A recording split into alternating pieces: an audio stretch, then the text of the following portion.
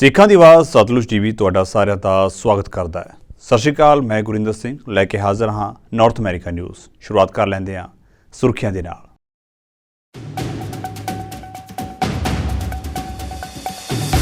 America ਨੇ dragon ਨੂੰ ਦਿੱਤਾ ਵੱਡਾ ਝਟਕਾ। ਚੀਨ ਤੋਂ ਦਰਾਮਦ ਹੋਣ ਵਾਲੇ ਸਾਰੇ ਸਮਾਨ ਉੱਤੇ 100% ਟੈਕਸ ਲਗਾਉਣ ਦਾ ਬਾਈਡਨ ਨੇ ਕੀਤਾ ਐਲਾਨ।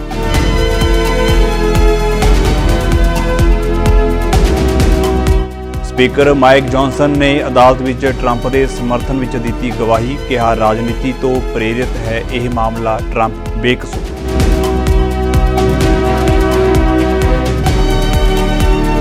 ਕੈਨੇਡਾ ਦੇ ਬ੍ਰਿਟਿਸ਼ ਕੋਲੰਬੀਆ ਦੇ ਵਿੱਚ ਜੰਗਲੀ ਅੱਗ ਦਾ ਕਹਿਰ ਜਾਰੀ। ਲੋਕ ਘਰ ਛੱਡਣ ਲਈ ਹੋਏ ਮਜਬੂਰ। ਸਰਕਾਰ ਨੇ ਐਮਰਜੈਂਸੀ ਦਾ ਕੀਤਾ ਐਲਾਨ।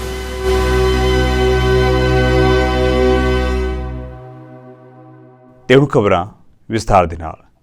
ਅਮਰੀਕਾ ਅਤੇ ਚੀਨ ਦੇ ਰਿਸ਼ਤੇ ਬਾਰੇ ਸਾਰੀ ਦੁਨੀਆ ਜਾਣਦੀ ਹੈ। ਅਮਰੀਕਾ ਨੇ ਹੁਣ ਚੀਨ ਨੂੰ ਵੱਡਾ ਝਟਕਾ ਦੇ ਦਿੱਤਾ ਹੈ। ਅਮਰੀਕਾ ਨੇ ਚੀਨ ਤੋਂ ਦਰਾਮਦ ਹੋਣ ਵਾਲੇ ਸਾਰੇ ਸਮਾਨ ਉੱਤੇ 100% ਤੱਕ ਟੈਕਸ ਲਗਾਇਆ ਹੈ। ਇਨ੍ਹਾਂ ਵਸਤਾਂ ਦੇ ਵਿੱਚ ਇਲੈਕਟ੍ਰਿਕ ਗੱਡੀਆਂ, ਸਟੀਲ, ਐਲੂਮੀਨੀਅਮ, ਸੋਲਰ ਪੈਨਲ ਤੇ ਸੈਮੀਕੰਡਕਟਰ ਸ਼ਾਮਲ ਨੇ। ਚੀਨ ਤੋਂ ਦਰਾਮਦ ਹੋਣ ਵਾਲੇ ਸਟੀਲ ਅਤੇ ਐਲੂਮੀਨੀਅਮ ਉੱਤੇ 25% ਟੈਕਸ ਲੱਗੇਗਾ। ਸੈਮੀਕੰਡਕਟਰਾਂ ਉੱਤੇ 50% ਟੈਕਸ ਲੱਗੇਗਾ, ਜਦੋਂ ਕਿ ਇਲੈਕਟ੍ਰਿਕ ਗੱਡੀਆਂ ਉੱਤੇ 100% ਟੈਕਸ ਤੇ ਸੋਲਰ ਪੈਨਲਾਂ ਉੱਤੇ 50% ਟੈਕਸ ਹੋਵੇਗਾ। ਇਸ ਸੰਬੰਧੀ ਐਲਾਨ ਕਰਦਿਆਂ ਜੋ ਬਾਈਡਨ ਨੇ ਕਿਹਾ ਹੈ ਕਿ ਚੀਨ ਇਨ੍ਹਾਂ ਉਦਯੋਗਾਂ ਉੱਤੇ ਆਪਣਾ ਦਬਦਬਾ ਬਣਾਉਣ ਦੀ ਕੋਸ਼ਿਸ਼ ਕਰ ਰਿਹਾ ਹੈ, ਜਦਕਿ ਮੈਂ ਚਾਹੁੰਦਾ ਹਾਂ ਕਿ ਇਨ੍ਹਾਂ ਖੇਤਰਾਂ ਵਿੱਚ ਅਮਰੀਕਾ ਹਮੇਸ਼ਾ ਅੱਗੇ ਰਹੇ ਤੇ ਪੂਰੀ ਦੁਨੀਆ ਦੀ ਅਗਵਾਈ ਕਰੇ। More than 1,800 iron workers and steel workers in Pennsylvania and Ohio lost their jobs. I'm not going to let that happen again. That's why today I'm announcing new tariffs in key sectors of the economy that are going to ensure that our workers are not held back by unfair trade practices.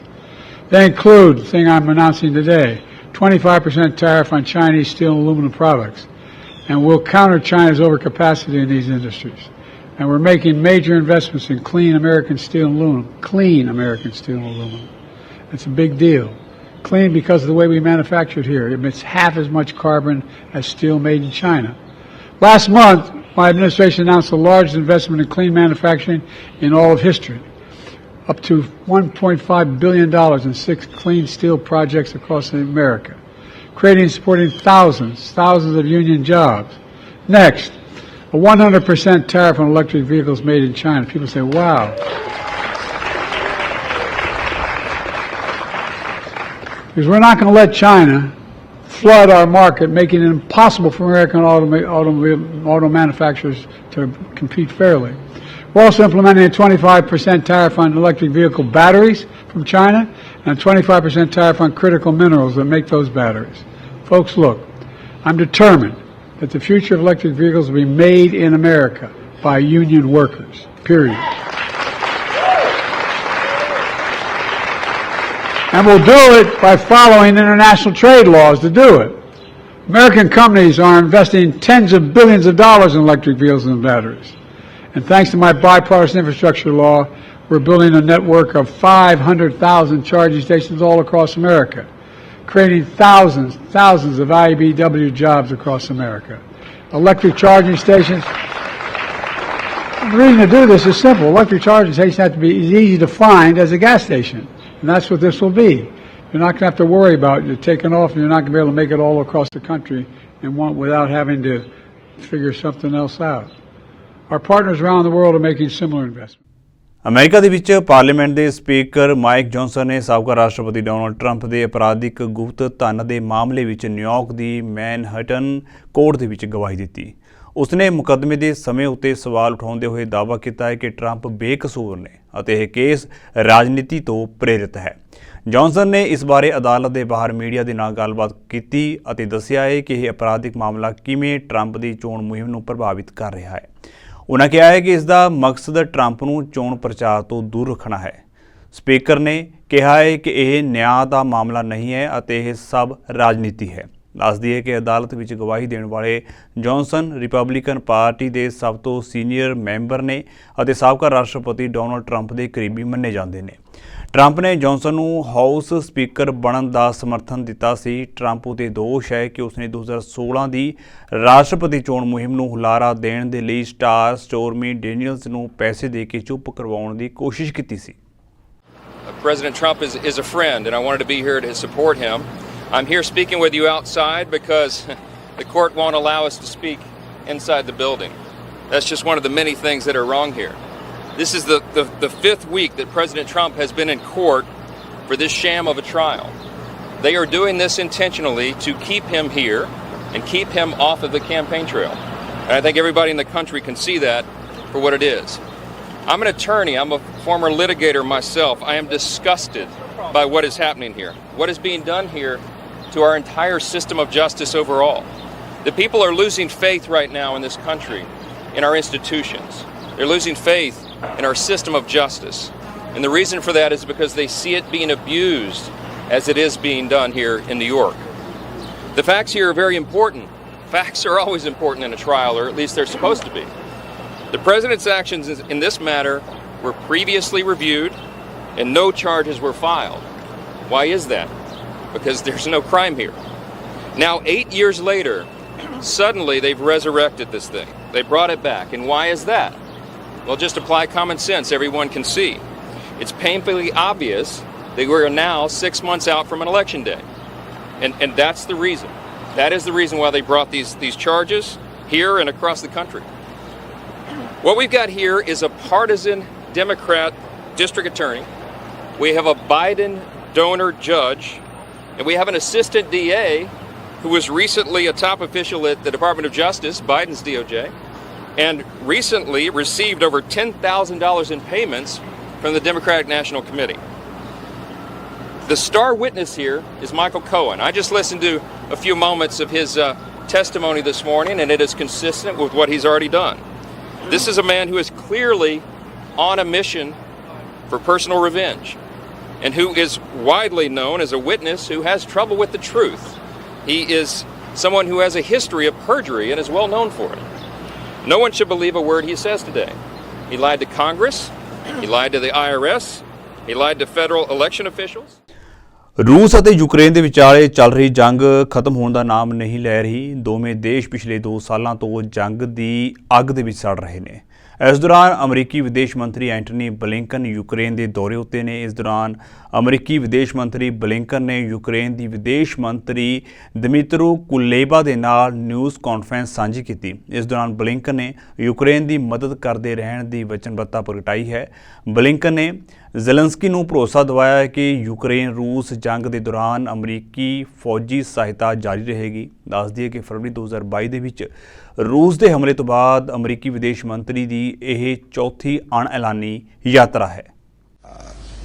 We have, of course, the supplemental, and the assistance from the supplemental is on its way. In fact, some of it's already been delivered.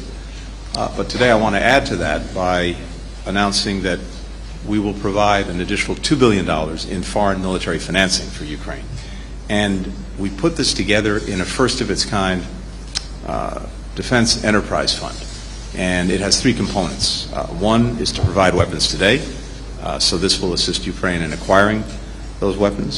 2 is to focus as well on something that Dmytro just talked about, investing in Ukraine's defense industrial base, helping to strengthen even more its capacity to produce what it needs for itself, but also to produce for others. And finally, using this fund to help Ukraine purchase military equipment from other countries, not just the United States, for Ukraine's use. All of this, and particularly as we're thinking about the defense industrial base, builds on an incredible spirit of innovation, of ingenuity, of entrepreneurship that we see here in Ukraine, and that I again had a chance to witness for myself. I saw it at the Breville facility, which is doing extraordinary work, innovative work with entrepreneurial vision. I saw it in the extraordinary work as well at the company producing world-leading prosthetics, and we saw it in the way that Ukraine has adapted to deal with the Russian onslaught against its agricultural enterprise, but the work that it's done to find ways around that and to continue to be a leading exporter of food and a breadbasket for the world.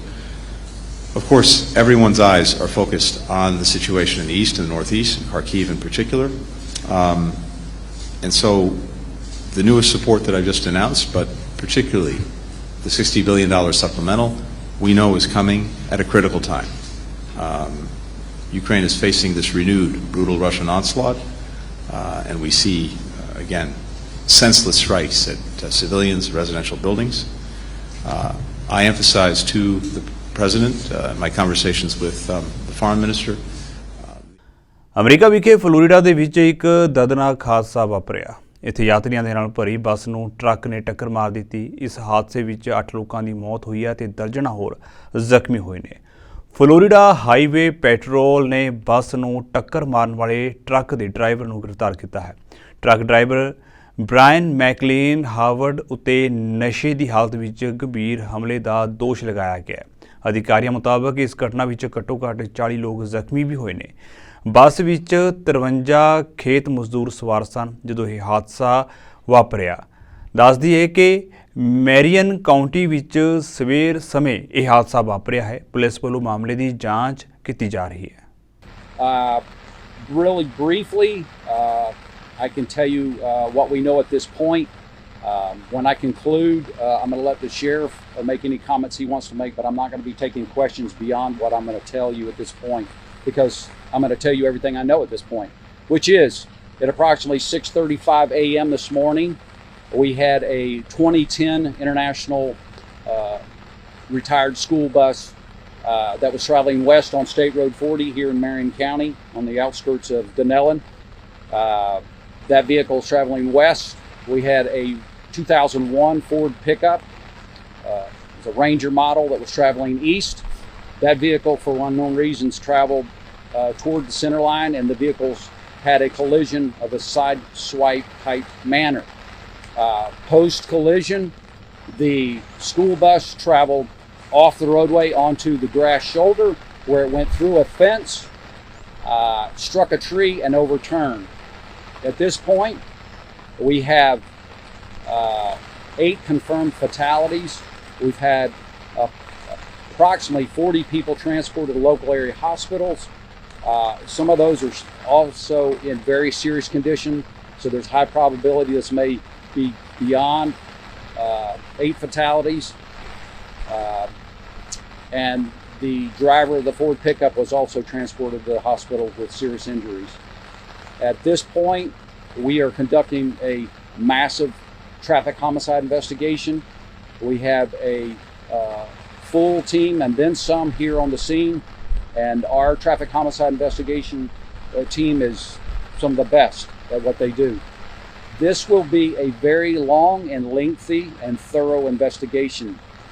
We do not get in a hurry to conclude what happened until we have all the facts. And with that, I can tell you that it's going to be probably 6 months at least before we conclude factually what transpired here today. But that's what I know at this point.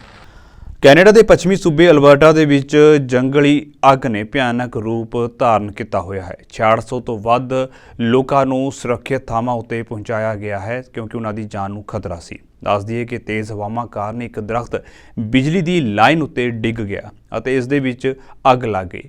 ਫਿਰ ਹਵਾਮਾਨ ਨੇ ਅੱਗ ਨੂੰ ਬੇਕਾਬੂ ਕਰ ਦਿੱਤਾ। Canadian ਸਰਕਾਰ ਨੇ ਚੇਤਾਵਨੀ ਦਿੱਤੀ ਹੈ ਕਿ ਦੇਸ਼ ਭਰ ਦੇ ਵਿੱਚ ਤਾਪਮਾਨ ਆਮ ਨਾਲੋਂ ਵੱਧ ਹੋਣ ਕਾਰਨ ਜੰਗਲਾਂ ਵਿੱਚ ਅੱਗ ਲੱਗਣ ਦਾ ਖਤਰਾ ਵੱਧ ਸਕਦਾ ਹੈ।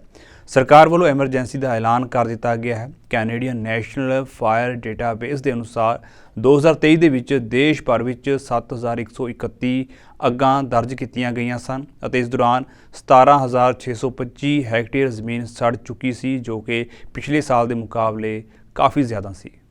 Over the weekend, and as of 7 a.m. this morning, approximately 4,700 people were placed under an evacuation order due to the Parker Lake wildfire in the Northern Rockies Regional Municipality. This includes the town of Fort Nelson and the Fort Nelson First Nation.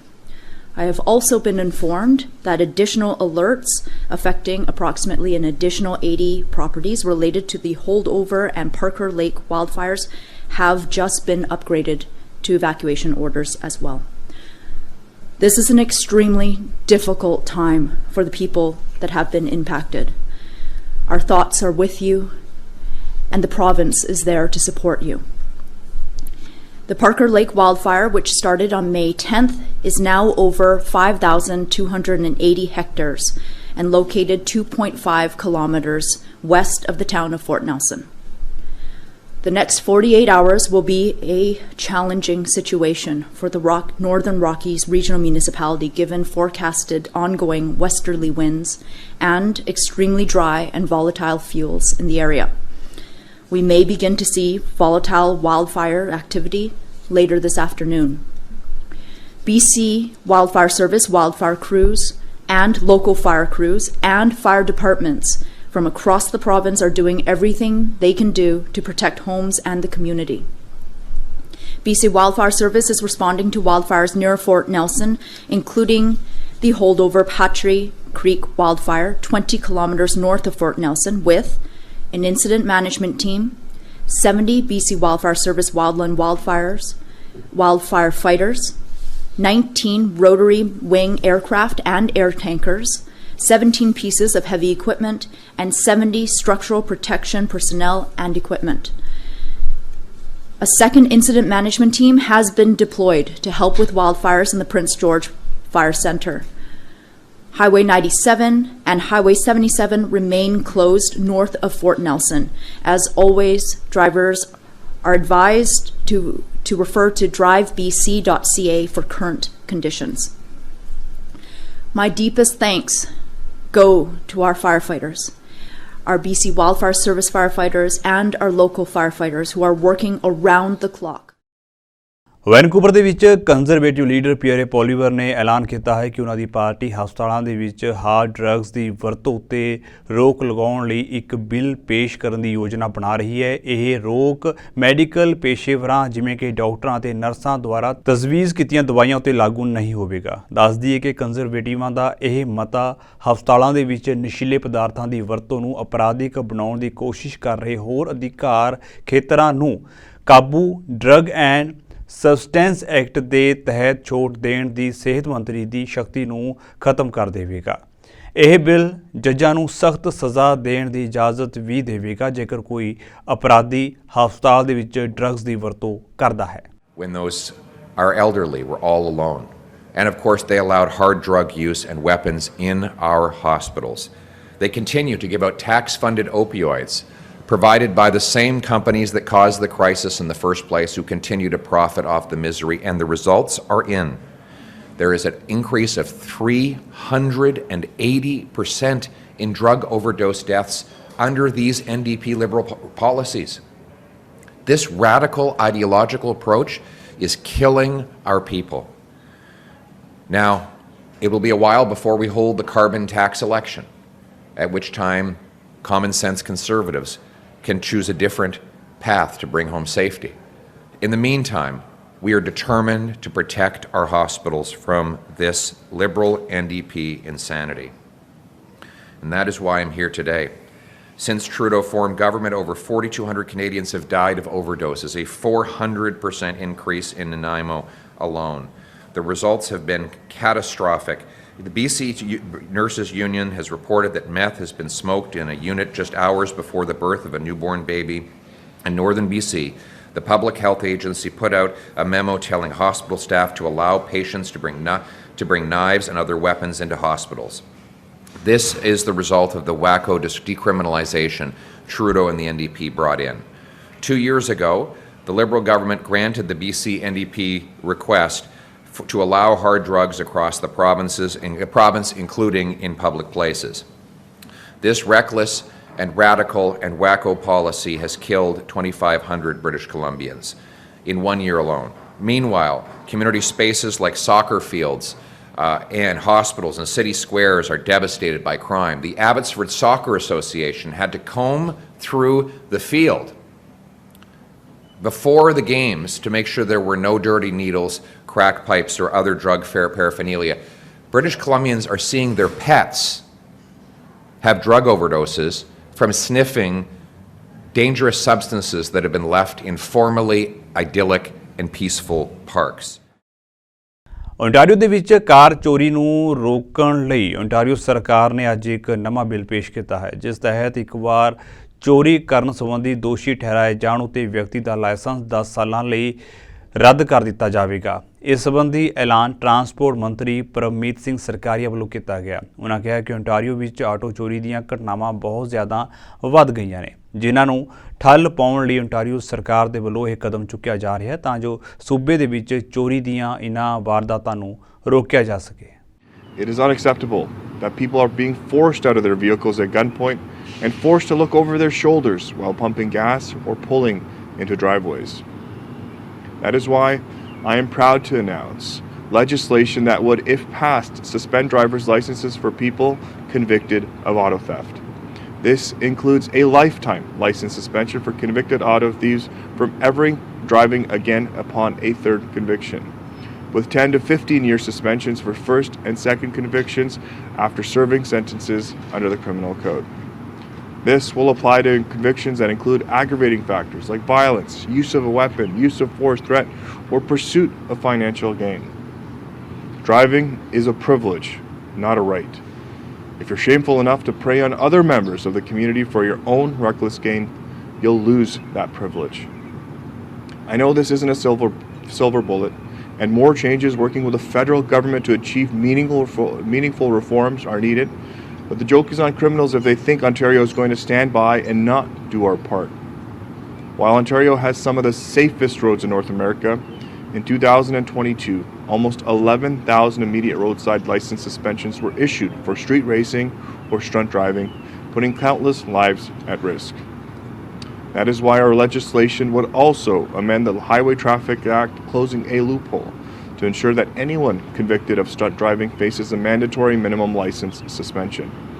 This will mean at least 1 year suspension on the first offense, 3 years for the second, and an indefinite suspension upon third conviction.